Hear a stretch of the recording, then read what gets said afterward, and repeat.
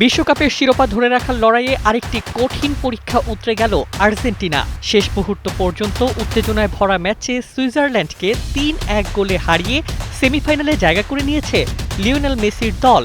নির্ধারিত সময়ের লড়াই শেষে যখন ম্যাচ অতিরিক্ত সময়ে গড়ায়, তখনই চ্যাম্পিয়নদের মতো জ্বলে ওঠে আলবি সেলেস্তেরা।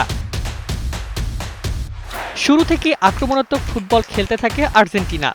ম্যাচের ১০ মিনিটেই অ্যালেক্সিস ম্যাক অ্যালিস্টারের গোলে এগিয়ে যায় বর্তমান বিশ্ব চ্যাম্পিয়নরা। তবে পিছিয়ে পড়েও হাল ছাড়েনি সুইজারল্যান্ড। ধীরে ধীরে মাঝমাঠের নিয়ন্ত্রণ নিয়ে আর্জেন্টিনাকে চাপে ফেলে তারা। সেই চেষ্টার ফল মেলে ৬৭ মিনিটে।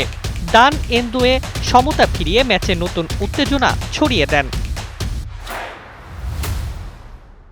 সমতায় ফেরার পর দুই দলই একের পর এক আক্রমণ চালালেও নির্ধারিত সময়ে আর গোল আসেনি। ফলে ম্যাচ গড়ায় অতিরিক্ত সময়ে।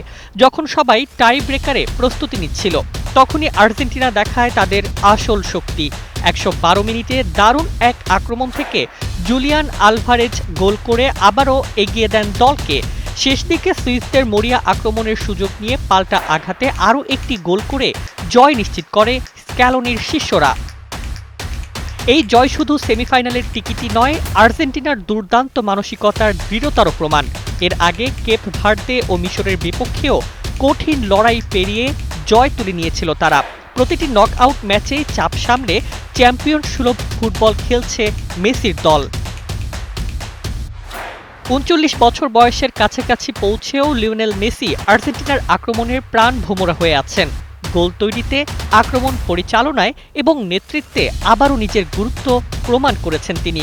এবার সেমিফাইনালে অপেক্ষা করছে নরওয়ে অথবা ইংল্যান্ড। তবে বর্তমান ছন্দ, আত্মবিশ্বাস ও লড়াইয়ের মানসিকতা দেখে ফুটবল বিশ্বে এখন একটাই প্রশ্ন, এই আর্জেন্টিনাকে থামাবে কে? Desk report, Bangladesh bulletin.